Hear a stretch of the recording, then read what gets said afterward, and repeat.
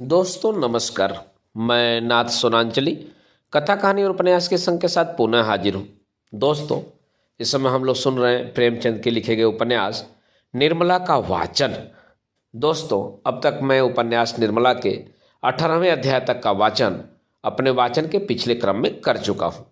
अब लीजिए सुनिए उपन्यास निर्मला के 19वें अध्याय का वाचन मेरे अर्थात नाथ सोनांचली के स्वर में। मुंशी जी 5 बजे कचहरी से लौटे और अंदर आकर चारपाई पर गिर पड़े। बुढ़ापे की देह उस पर आज सारे दिन भोजन न मिला, मुंह सूख गया था। निर्मला समझ गई आज दिन खाली गया। निर्मला ने पूछा, आज कुछ न मिला? मुंशी जी, सारा दिन दौड़ते गुजरा पर हाथ कुछ न लगा। निर्मला, फौजदारी वाले मामले में क्या हुआ? मुंशी जी, मेरे मुवक्किल को सजा हो गई। निर्मला, और पंडित वाले मुकदमे में? मुंशी जी, पंडित पर डिग्री हो गई। निर्मला, आप तो कहते थे दावा खारिज हो जाएगा।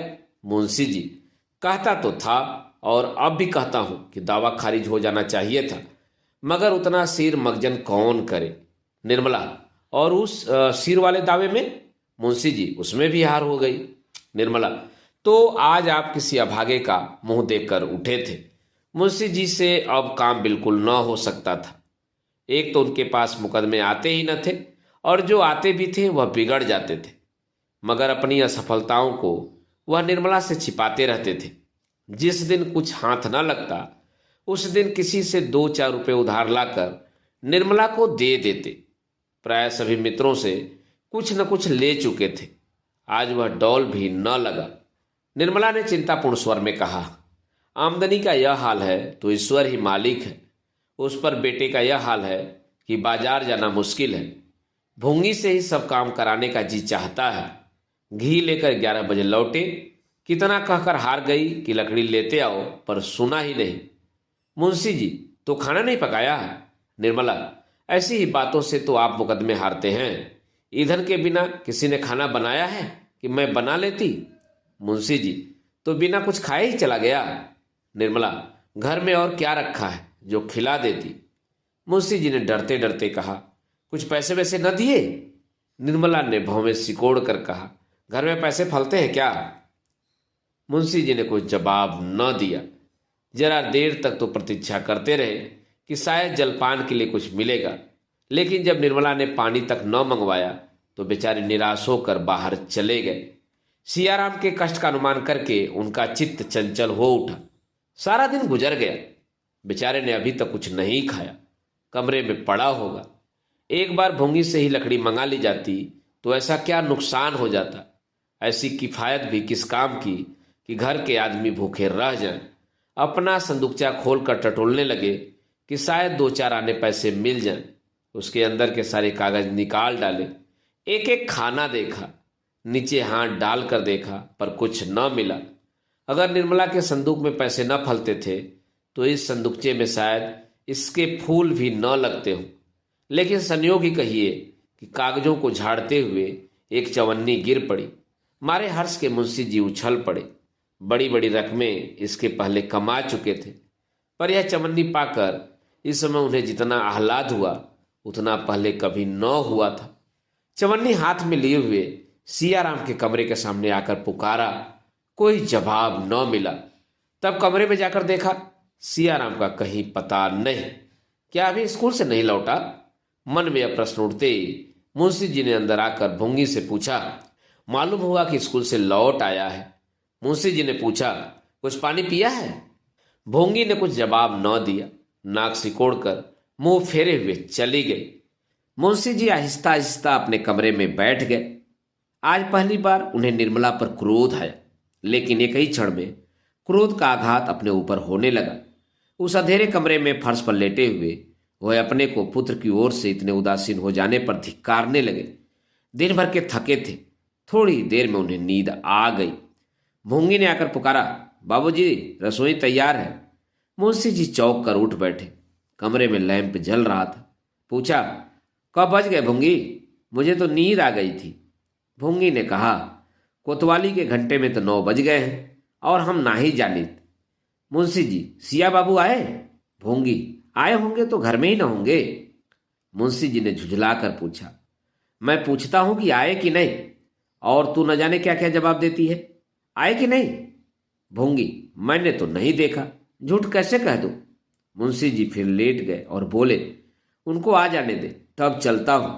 आधे घंटे तक द्वार की ओर आंख लगाए मुंशी जी लेटे रहे। तब वह उठकर बाहर आए और दाहिने हाथ कोई 2 फरलांग तक चले। तब लौटकर द्वार पर आए और पूछा, सिया बाबू आ गए? अंदर से जवाब आया, अभी नहीं। मुंशी जी फिर बाईं ओर चले और गली के नुक्कड़ तक गए। सियाराम कहीं न दिखाई दिया। वहां से फिर घर लौटे और द्वार पर खड़े होकर पूछा, सिया बाबू आ गए? अंदर से जवाब मिला, नहीं। कोतवाली के घंटे में 10 बजने लगे। मुंशी जी बड़े वेग से कंपनी बाग की तरफ चले। सोचने लगे शायद वहां घूमने गया हो और घास पर लेटे लेटे नींद आ गई हो। बाग में पहुंचकर उन्होंने हर एक बेंच को देखा, चारों तरफ घूमे। बहुत से आदमी घास पर पड़े हुए थे, पर सियाराम का निशान न था। उन्होंने सियाराम का नाम ले लेकर जोर से पुकारा, पर कहीं से आवाज न आई। ख्याल आया शायद स्कूल में कोई तमाशा हो रहा हो। स्कूल 1 मील से कुछ ज्यादा ही था। स्कूल की तरफ चले, पर आधे रास्ते ही लौट पड़े। बाजार बंद हो गया था। स्कूल में इतनी रात तक तमाशा नहीं हो सकता था। अब कि उन्हें आशा हो रही थी कि सियाराम लौट आया होगा। द्वार पर आकर उन्होंने पुकारा, सिया बाबू आए? किवाड़ बंद थे, कोई आवाज न आई। फिर जोर से पुकारा। भूंगी किवाड़ खोलकर बोली, अभी तो नहीं आए। मुंशी जी ने धीरे से भूंगी को अपने पास बुलाया और करुण स्वर में बोले, तू तो घर की सब बात जानती है, बता आज क्या हुआ था? भूंगी, बाबूजी झूठ न बोलूंगी, मालकिन छुड़ा देंगी और क्या। दूसरे का लड़का इस तरह नहीं रखा जाता। जहां कोई काम हुआ बस बाजार भेज दिया। दिन भर बाजार दौड़ते बीतता था। आज लकड़ी लाने न गए तो चूल्हा ही नहीं जला। कहो तो मुंह फुलाएं, जब आप ही नहीं देखते तो दूसरा कौन देखेगा। चलिए भोजन कर लीजिए, बहू जी कब से बैठी हैं। मुंशी जी, कह दे इस वक्त न खाएंगे। मुंशी जी फिर अपने कमरे में चले गए और एक लंबी सांस ली। वेदना से भरे हुए ये शब्द उनके मुंह से निकल पड़े, ईश्वर, क्या अभी दंड पूरा नहीं हुआ? क्या इस अंधे की लकड़ी को भी हाथ से छीन लोगे? निर्मला ने आकर कहा, आज सियाराम अभी तक नहीं आए? कहती रही कि खाना बनाए देती हूं, खा लो, मगर न जाने कब उठकर चल दिए, न जाने कहां घूम रहे हैं। बात तो सुनते ही नहीं। अब कब तक उनकी राह देखा करूं? आप चलकर खा लीजिए, उनके लिए खाना उठाकर रख दूंगी। मुंशी जी ने निर्मला की ओर कठोर नेत्रों से देखकर कहा, अभी कब बजे होंगे? निर्मला, क्या जाने, शायद 10 बजे होंगे। मुंशी जी, जी नहीं, 12 बजे हैं। निर्मला, 12 बज गए? इतनी देर तो कभी न करते थे। तो अब कब तक उनकी राह देखोगे? दोपहर को भी तो कुछ नहीं खाया था। ऐसा सैलानी लड़का मैंने नहीं देखा। मुंशी जी, जी तुम्हें बहुत दिक करता है क्यों? निर्मला, देखिए ना, इतनी रात हो गई और घर की सुधि नहीं। मुंशी जी, शायद यह आखिरी शरारत हो। निर्मला, कैसी बातें मुंह से निकालते हैं? जाएंगे कहाँ? किसी यार दोस्त के घर पड़े होंगे। मुंशी जी, शायद ऐसा ही हो, ईश्वर करे ऐसा ही हो। निर्मला, सवेरे आवे तो जरा तंबीह कीजिएगा। मुंशी जी, खूब अच्छी तरह करूंगा। निर्मला, चलिए खा लीजिए, देर बहुत हुई। मुंशी जी, सवेरे उसकी तंबीह करके ही खाऊंगा। कहीं न आया तो तुम्हें ऐसा ईमानदार नौकर कहाँ मिलेगा। निर्मला ने ऐड कर कहा, तो क्या मैंने भगा दिया? मुंशी जी, नहीं, यह कौन कहता है? तुम उसे क्यों भगाने लगी? तुम्हारा तो काम करता था, सामत आ गई होगी। निर्मला ने और कुछ नहीं कहा। बात बढ़ जाने का भय था। भीतर चली आई। सोने को भी न कहा। जरा देर में भूंगी ने अंदर से किवाड़ भी बंद कर लिए। क्या मुंशी जी को नींद आ सकती थी? 3 लड़कों में केवल एक बच रहा था। वह हाथ से निकल गया तो फिर जीवन में अंधकार के सिवा और क्या है? कोई नाम लेने वाला भी न रहेगा। हाय, कैसे कैसे रत्न हाथ से निकल गए। मुंशी जी की आंखों से यदि इस समय अश्रुधारा बह रही थी तो कोई आश्चर्य? उस व्यापक पश्चाताप, उस सघन ग्लानि तिमिर में आशा की एक हल्की सी रेखा उन्हें संभाले हुए थी। जिस क्षण यह रेखा लुप्त हो जाएगी, कौन कह सकता है उन पर क्या बीतेगी? उसकी उस वेदना की कल्पना कौन कर सकता है? कई बार मुंशी जी की आंखें झपकी, लेकिन हर बार सियाराम की आहट के धोखे में चौंक पड़े। सवेरा होते ही मुंशी जी फिर सियाराम को खोजने निकले। किसी से पूछते शर्म आती थी, किस मुंह से पूछें। उन्हें किसी से सहानुभूति की आशा न थी। प्रकट न कहकर मन में सब यही कहेंगे, जैसा किया वैसा भोगो। सारे दिन वह स्कूल के मैदानों, बाजारों और बागीचों का चक्कर लगाते रहे। 2 दिन निराहार रहने पर भी उन्हें इतनी शक्ति कैसे हुई, यह वही जाने। रात के 12 बजे मुंशी जी घर लौटे। दरवाजे पर लालटेन जल रही थी। निर्मला द्वार पर खड़ी थी। देखते ही बोली, कहा भी नहीं, न जाने कब चल दिए, कुछ पता चला? मुंशी जी ने आग्नेय नेत्रों से ताकते हुए कहा, हट जाओ सामने से, नहीं तो बुरा होगा। मैं आपे में नहीं हूं, यह तुम्हारी करनी है। तुम्हारे कारण ही आज मेरी यह दशा हो रही है। आज से 6 साल पहले क्या इस घर की यह दशा थी? तुमने मेरा बना बनाया घर बिगाड़ दिया। तुमने मेरे लहलहाते हुए बाग को उजाड़ डाला। केवल एक ठूठ रह गया है, उसका निशान मिटाकर तभी तुम्हें संतोष होगा। मैं अपना सर्वनाश करने के लिए तुम्हें अपने घर नहीं लाया था। सुखी जीवन को और भी सुखमय बनाना चाहता था। यह उसी का प्रायश्चित है। जो लड़के पान की तरफ फेरे जाते थे, उन्हें मेरे जीते जी तुमने चाकर समझ लिया, और मैं आंखों से सब कुछ देखते हुए भी अंधा बना बैठा रहा। जाओ, मेरे लिए थोड़ा सा संखियां भेज दो। बस यही कसर रह गई है, वह भी पूरी हो जाए। निर्मला ने रोते हुए कहा, मैं तो अभागिन हुई ही, आप कहेंगे तब जानूंगी। न जाने ईश्वर ने मेरा जन्म क्यों दिया था, मगर यह आपने कैसे समझ लिया कि सियाराम अब आवेंगे ही नहीं? मुंशी जी ने अपने कमरे की ओर जाते हुए कहा, जलाओ मत, जाकर खुशियां मनाओ, तुम्हारी मनोकामना पूरी हो गई। निर्मला सारी रात रोती रही। इतना बड़ा कलंक! उसने जियाराम को गहने ले जाते देखने पर भी मुंह खोलने का साहस नहीं किया। क्यों? इसीलिए तो कि लोग समझेंगे कि वह मिथ्या दोषारोपण करके लड़के से बैर साध रही है। आज उसके मौन रहने पर उसे अपराधिनी ठहराया जा रहा है। यदि वह जियाराम को उसी क्षण रोक देती और जियाराम लज्जावश कहीं भाग जाता, तो क्या उसके सिर अपराध न मढ़ा जाता? सियाराम के ही साथ उसने कौन सा दुर्व्यवहार किया था? वह कुछ बचत करने के ही विचार से तो सियाराम से सौदा मंगवाया करती थी। क्या वह बचत करके अपने लिए गहने गढ़वाना चाहती थी? अब आमदनी का यह हाल हो रहा है तो पैसे पैसे पर निगाह रखने के सिवा कुछ जमा करने का उसके पास और साधन ही क्या था? जवानों की जिंदगी का तो कोई भरोसा ही नहीं, बूढ़ों की जिंदगी का क्या ठिकाना। बच्ची के विवाह के लिए वह किसके सामने हाथ फैलाती? बच्ची का भार कुछ उसी पर तो नहीं था। वह केवल पति की सुविधा के लिए ही कुछ बटोरने का प्रयत्न कर रही थी। पति की ही क्यों, सियाराम ही तो पिता के बाद घर का स्वामी होता। बहन के विवाह करने का भार क्या उसके सिर न पड़ता? निर्मला सारी कतर विरोध पति और पुत्र का संकट मोचन करने के लिए ही कर रही थी। बच्ची का विवाह इस परिस्थिति में संकट के सिवा और क्या था? पर इसके लिए भी उसके भाग में यह अपयश ही बदा था। दोपहर हो गया था, पर आज भी चूल्हा नहीं जला। खाना भी जीवन का काम है, इसकी किसी को सूध ही न थी। मुंशी जी बाहर बेजान से पड़े थे और निर्मला भीतर। बच्ची कभी भीतर जाती, कभी बाहर। कोई उससे बोलने वाला न था। बार बार सियाराम के कमरे के द्वार पर जाकर खड़ी होती और भैया भैया पुकारती, पर भैया कोई जवाब न देता था। संध्या समय मुंशी जी आकर निर्मला से बोले, तुम्हारे पास कुछ रुपए हैं? निर्मला ने चौंक कर पूछा, क्या कीजिएगा? मुंशी जी, मैं जो पूछता हूं उसका जवाब दो। निर्मला, क्या आपको नहीं मालूम? देने वाले तो आप ही हैं। मुंशी जी, तुम्हारे पास कुछ रुपए हैं या नहीं? अगर हो तो मुझे दे दो, न हो तो साफ जवाब दो।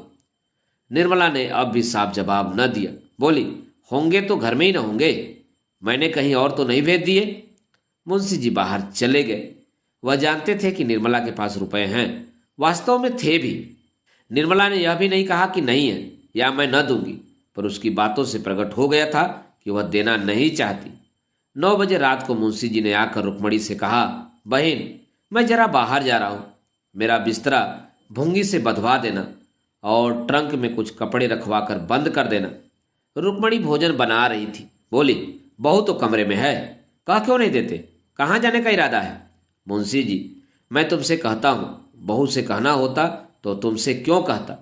तुम क्यों खाना पका रही हो? रुक्मणी, कौन पकाए? बहू के सिर में दर्द हो रहा है। आखिर इस वक्त कहाँ जा रहे हो? सवेरे न चले जाना।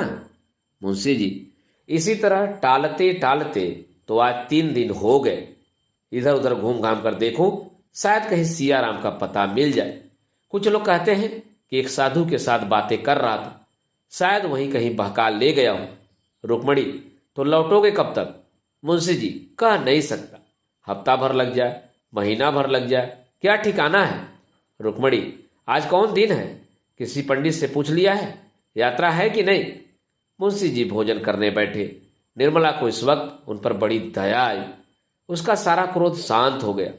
खुद तो न बोली, बच्ची को जगाकर चुमकारती हुई बोली, देख तेरे बाबूजी कहाँ जा रहे हैं, पूछ तो। बच्ची ने द्वार से झांक कर पूछा, बाबू दी, कहाँ जाते हो? मुंशी जी, बड़ी दूर जाता हूं बेटी, तुम्हारे भैया को खोजने जाता हूं।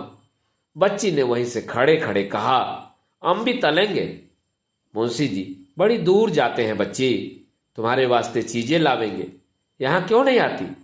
बच्ची मुस्कुराकर छिप गई और एक क्षण में फिर किवाड़ से सिर निकालकर बोली, हम भी तलेंगे। मुंशी जी ने उसी स्वर में कहा, तुमको नहीं ले तलेंगे। बच्ची, हमको क्यों नहीं ले तलोगे? मुंशी जी, तुम तो हमारे पास आती नहीं हो। लड़की ठुमकती हुई आकर पिता की गोद में बैठ गई। थोड़ी देर के लिए मुंशी जी उसकी बाल कीड़ा में अपनी अंतर्वेदना भूल गए। भोजन करके मुंशी जी बाहर चले गए। निर्मला खड़ी ताकती रही। कहना चाहती थी, व्यर्थ जा रहे हो, पर कह न सकती थी। कुछ रुपए निकाल कर देने का विचार करती थी, पर दे न सकती थी। अंत को न रहा गया। रुक्मणी से बोली, दीदी जी जरा समझा दीजिए, कहाँ जा रहे हैं? मेरी तो जबान पकड़ी जाएगी, पर बिना बोले रहा नहीं जाता। बिना ठिकाना कहाँ खोजेंगे? व्यर्थ की हैरानी होगी। रुक्मणी ने करुण सूचक नेत्रों से देखा और अपने कमरे में चली गई। निर्मला बच्ची को गोद में लिए सोच रही थी कि शायद जाने के पहले बच्ची को देखने या मुझसे मिलने के लिए आवें, पर उसकी आशा विफल हो गई। मुंशी जी ने बिस्तर उठाया और तांगे पर जा बैठे। उसी वक्त निर्मला का कलेजा मसोसने लगा। उसे ऐसे जान पड़ा कि अब इनसे भेंट न होगी। वह अधीर होकर द्वार पर आई कि मुंशी जी को रोक ले, पर तागा चल दिया था। दोस्तों, अभी आप सुन रहे थे प्रेमचंद के लिखे हुए उपन्यास निर्मला के 19वें भाग का वाचन मेरे अर्थात नाथ सोनांचली के स्वर में। दोस्तों, इस उपन्यास के आगे के भागों का वाचन आप मेरे वाचन के अगले क्रम में सुन सकते हैं, तो जुड़े रहिए कथा कहानी और उपन्यास के साथ। धन्यवाद। नमस्कार।